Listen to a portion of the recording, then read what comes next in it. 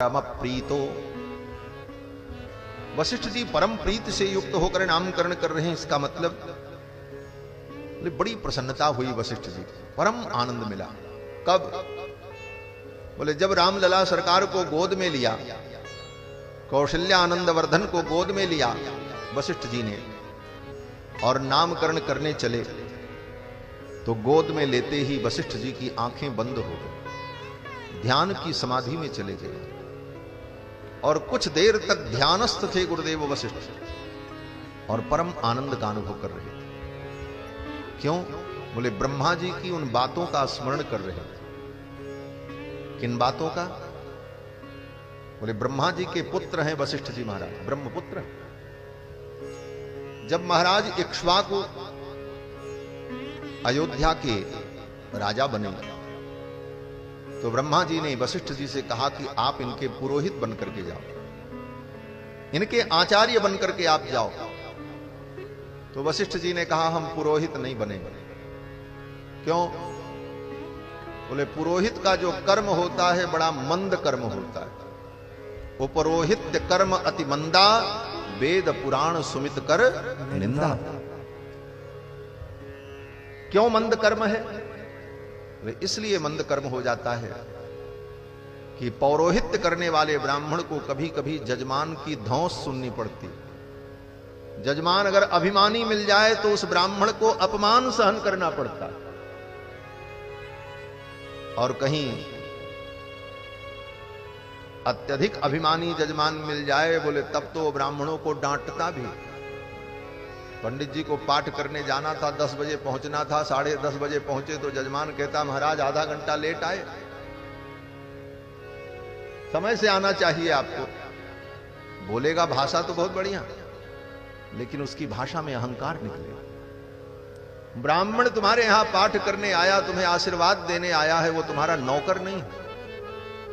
अगर नौकर समझ करके ब्राह्मण से तुम पूजा और अनुष्ठान कराते हो तो उसका फल प्राप्त नहीं, सम्मान बना लो।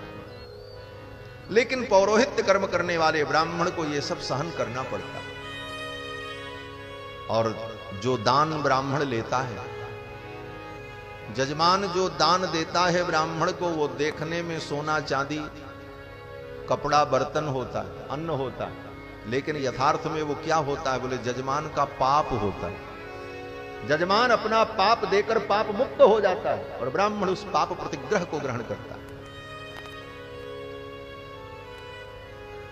सोचो, ब्राह्मण दान लेकर तुम्हारे पाप को ग्रहण करके तुम्हें पाप मुक्त करता है, यह कितनी बड़ी उसकी कृपा है।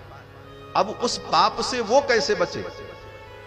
वो ब्राह्मण उस पाप से कैसे बचे जिसने तुम्हारा पाप लिया? बोले तो शास्त्र ने कहा तुम तप करो, इसीलिए ब्राह्मण का जीवन तपोमय होता है। वो संध्या करे, गायत्री का जप करे, अग्निहोत्र करे, त्याग पूर्वक जीवन व्यतीत करे, नित्य वेदादि ग्रंथों का स्वाध्याय करे। इसीलिए ब्राह्मण का जीवन तपोमय, ब्राह्मण का जन्म ही तपस्या के लिए होता है। ब्राह्मण का जन्म ही तपस्या के लिए होता है, और जो ब्राह्मण के कुल में पैदा होकर तप नहीं किया, उसका ब्राह्मण कुल में पैदा होना बेकार है।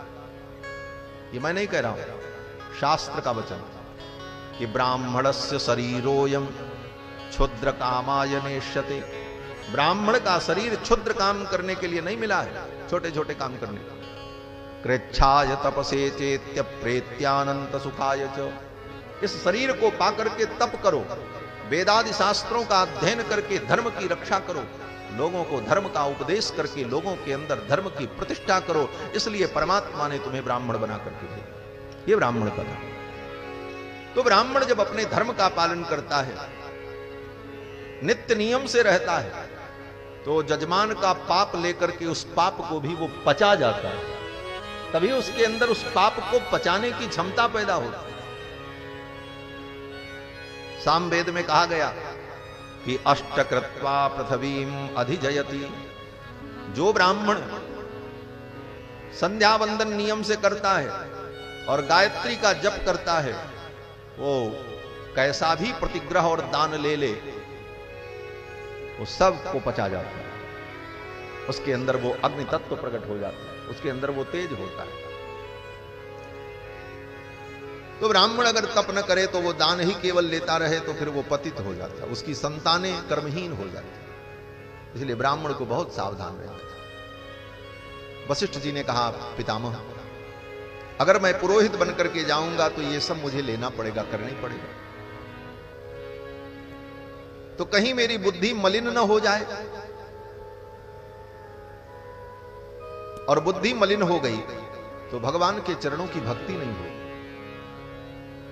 और भगवान के चरणों की भक्ति नहीं हुई तो मानव जीवन व्यर्थ हो जाएगा, भगवान मुझे कैसे मिलेंगे। तो ब्रह्मा जी हंसने लगे। ब्रह्मा जी ने कहा, एक बात बताओ, अगर तुम इनके पुरोहित बनकर के जाओ और तुम्हें भगवान मिल जाए तो? वशिष्ठ जी ने कहा, हम पुरोहित बनकर के जाएं और भगवान मिल जाए, ऐसा कैसे होगा? बोले होगा। वे कैसे मिलेंगे? ब्रह्मा जी ने कहा, तुम इनके पुरोहित बनकर के जाओ, इन्हीं के कुल में आगे चल करके एक राजा होंगे जिनका नाम होगा श्री दशरथ, और उनके घर में परब्रह्म परमात्मा चार चार रूपों में प्रकट होंगे और तुम्हें घर बैठे भगवान मिल जाएंगे। वशिष्ठ जी ने कहा, ऐसा होगा? बोले हाँ।